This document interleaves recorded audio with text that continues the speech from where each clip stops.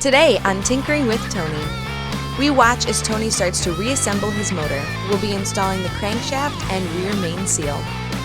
Watch it all here on Tinkering with Tony. We are going to install the crankshaft today and rear main seal with the help of my buddy Dave here, because it's a heavy crankshaft. It's very heavy, very heavy. And I'm not as young as he is. If I was his age, I could probably do it myself. But seeing how I'm not his age, I gotta ask for assistance. Get yourself a pair of gloves, Mr. Dave. Alright. This is the crankshaft right over here. This is the motor we got back from the machine shop. They got the cylinder walls cleaned out and honed. I put the new bearings in, they're all lubricated. The upper half of the seal is in. If you can see it, it's offset by 3/8 of an inch. They recommend that so the oil doesn't leak. So they recommend that so when the cap goes down, it seats it like perfectly. Right, exactly. Exactly, Sir Dave. You got it. Okay, so grab that snout. Grab the snout. I'll grab the back end. This is very heavy. I would say it's probably a good 80-85 pounds. Nice and slow. Set it in.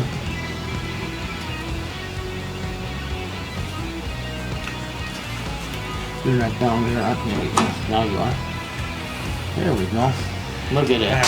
Alright. Now she's in. She's in like Flynn. Oh, look how nice she rotates. So now we got to put the rear cap on. Actually, put number 3 on first. The reason you put number 3 on is because it's got the thrust bearing in it, and that's what keeps the crank from walking back and forth. You got to look at the numbers. They all got to be facing one way, which it's got to go with the numbers facing to the rear of the motor so you can read it.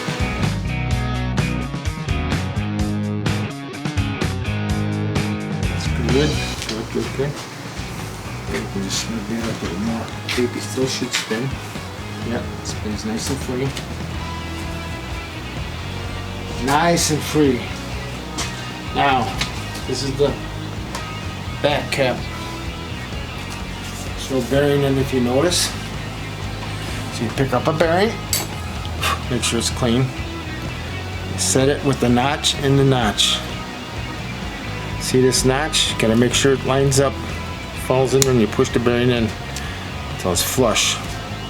I want to wipe everything off, make sure it's nice and clean. You want to make sure it's clean. You want to put a little assembly lube on the bearing because you don't want the motor to dry spin. Because if it's dry, it'll take it and burn everything up. Make sure you smear it around, nice. Make sure it's smeared. It's like sticky glue. It's almost like grease. Because if you look the way the seal's made, you can see this rubber edge that goes on the taper. That taper has to go to the front of the motor. And if you look over here on there, you'll see this thing has got knurls in it. What that is that's to keep the oil away from the seal when the motor's running. Bet you Dave didn't even know that. No. We'll put the seal in. Hopefully it's 3/8, but it looks pretty close.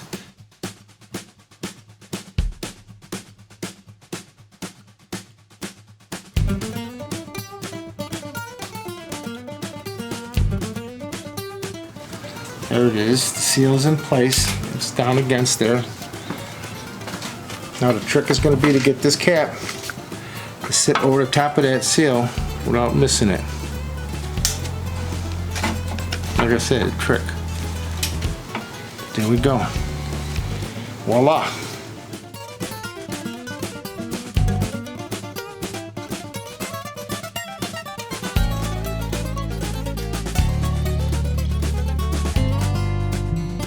Now I'm going to snug this up little at a time. You don't want to go too crazy.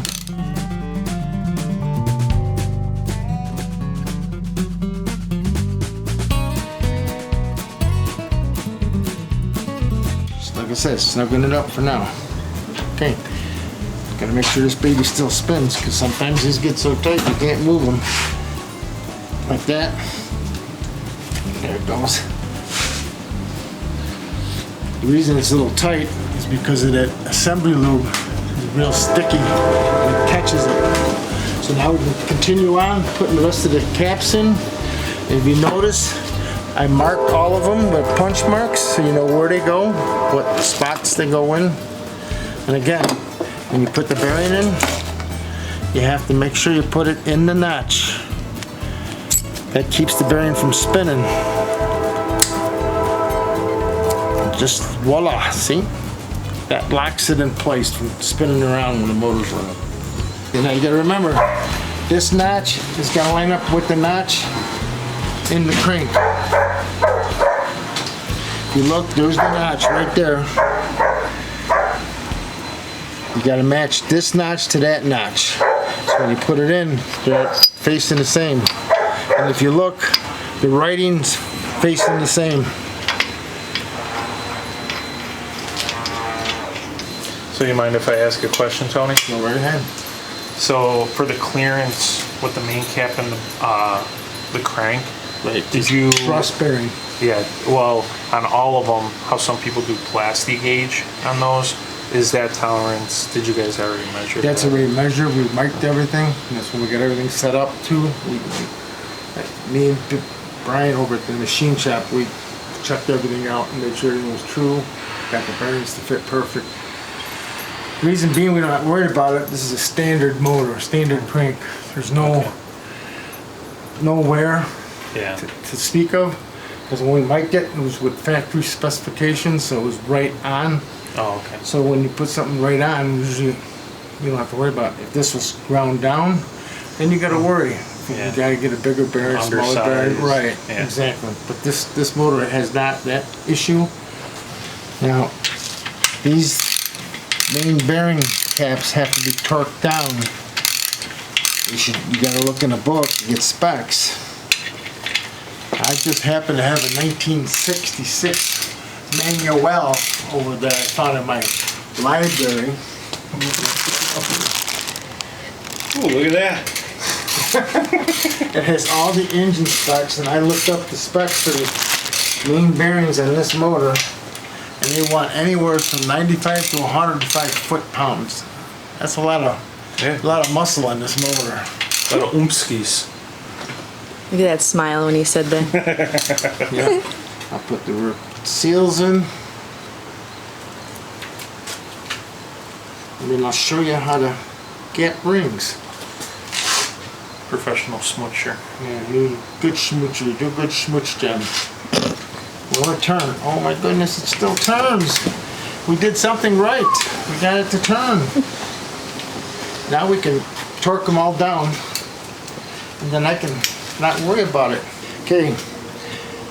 The trick is you don't want to torque them to 95 the first time. You do it in increments. I go 50 and then to 95. I go 50% the first shot. So you crank up the torque wrench to 50. Let's see if I can see it first. There it is. Oops, right there. Okay, and lock it. So now it's all set at 50 foot-pounds.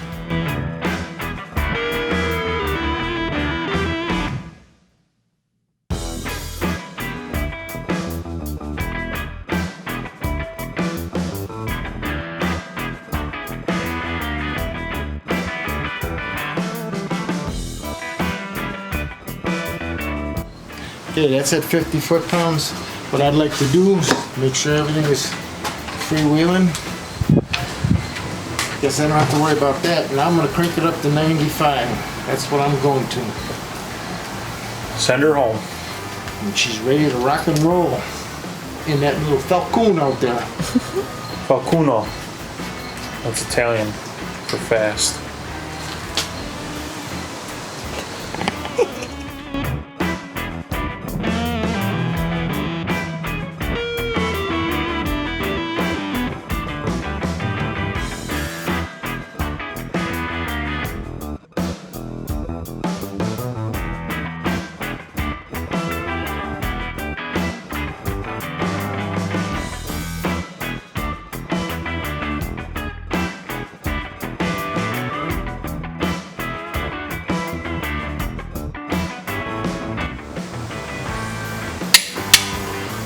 fish sticks, Batman. Holy moly!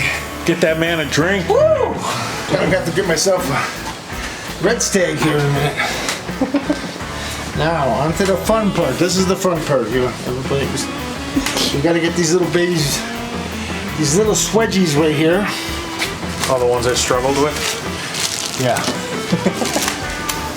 Look at this. They even give you nails to nail it into to make sure it's gone good. This has got to be put in there. I will show you. Got to get some silicone. It's not Ford, but it works. They recommend Ford, and you put a dab on each side. Whoa! Whoa! What came That got it out. Someone was excited. Wow. Well, You put a little on each side. What that does, it seals it, plus a little dab on the bottom. I like to make sure that's sealed. Okay, this is one. You come here, you put that in this little swedgy hole. And you're supposed to be able to push that in like that.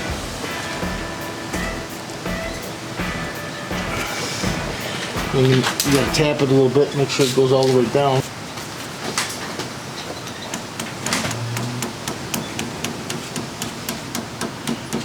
There it is, it hit bottom. See that? Yeah. Then you pound it down. It's like nailing a piece of board. So it hits bottom. Oh, I have to cut the nail. Look at that.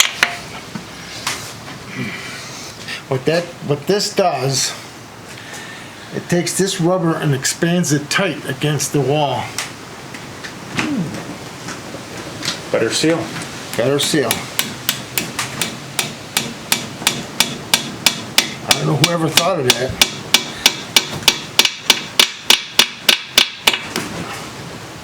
Oh, look at that. I could have done it better if I tried. Close as possible. For the oil pan For gasket. the oil pan gaskets.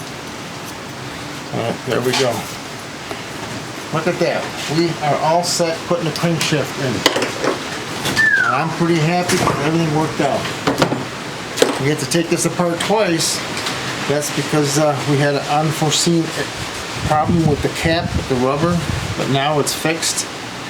Now I'm happy it's sealed. You can see the silicone coming out the bottom of this cap.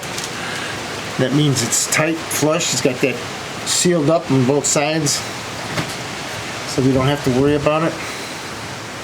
Now I'm going to show you how to gap some rings. Maybe I can put one piston in today. I don't know. See how ambitious I am. When you buy rings, they not necessarily come gapped properly. You have to gap rings. People don't realize these babies need to be gapped. And if you look at a ring, you see the dot right there on my fingers. That means that's up. The ring can only go in there one way. This other set of rings, the top groove, this top groove ring here, I already went through these, but these do not have a mark. So that means this ring can go either way onto the piston. It doesn't have a direction. And the only rings you don't gap are your oil rings. To start, you take the ring, you fit it in the piston hole like so. See? Then you take a piston, you set it in there, and you make sure this is the same distance all the way around. Make sure that ring is square, whoops, in the hole. So I'm pushing it down to it's square. See, this is all the same all the way around. That's telling you the ring is in the bore properly. Then you take a set of feeler gauges, and if you can see, there's a gap right here. This has to fit in there. This one fits perfect. Look at it. See how that fits right in that gap? That's what they want. They want 18 thousandths gap. That's what they want for these rings. That's pretty snug, I think. To me, it'd be bigger. So, if this was too tight, what you would have to do is take this wheel, you would take the ring, let me move this stuff over here. You would take the ring, put it on here, push against this, it squeezes the ring together, and you would turn this wheel. And this diamond cutter would cut a little bit off, and you would just do a little, very little at a time until you got the desired gap that you needed. Then after you're done, you have to make sure there's no burrs in this. If there's any burrs, it would bind in the piston or it would scratch the cylinder wall. So you got to take I use a fine file and I clean up the burrs. But this one's all set and ready to go in. But you have to check every ring. Everybody says, well, you check one, they're good. Well, it's not necessarily true because all these ain't made the same. So I do every one the same way. Put it in the hole. Line up the piston. Center it. Make sure it's the same all the way around. So it's telling you that this ring is in the hole the right way. Again. Look at that. These are perfect. I only had to do 2 rings so far. Oh, really? Yeah. I was going to say, did you already go through these? No. No. These I didn't do yet. When you don't have them in the bore square, look how wide that gap is right now. You can see how big it is. It's actually too big. You put your gauge in there, you can see it's just sloppy. So that's why you have to make sure it's square in the bore. That's why I use it. You can see how it's off. This is going to go way down. There we go. There. Now that's square in the bore. We'll check the gap. Perfect. Look at that. It's perfect fit. Perfect. Holy moly. These rings are very easy to break. Especially when installing them on those babies. Because you force them open and oh man. Then you're messed up. Then you got a lot of problems. There's the gap. There's the 18,000s. Should fit right in there like a glove, and it does. Look at that. Perfect. That's how you gap rings. And you have to do them on all engines. There's no such thing as they come pre-gapped. You do not come pre-gapped. Too many variables. Too many variables is right. My last ring. Look at that. Oh, this one's just, this one's just a tad tight. Is that a tad tight? It sounded good. No. Yeah, it's good. It's good? Yeah. The chamfer on it. Chamfer goes up. Goes down. Oh, down. Because there's the dot. There's the dot. Remember, dot or top. Dot up. Dot or top up. So those are all set and ready to be put in. Until next chapter, we will continue putting this big block together. We will be putting the pistons in. The camshaft should hopefully be here by that time. We can put that in. And I can show you all how that goes together. Until then, this is Tony G saying bye.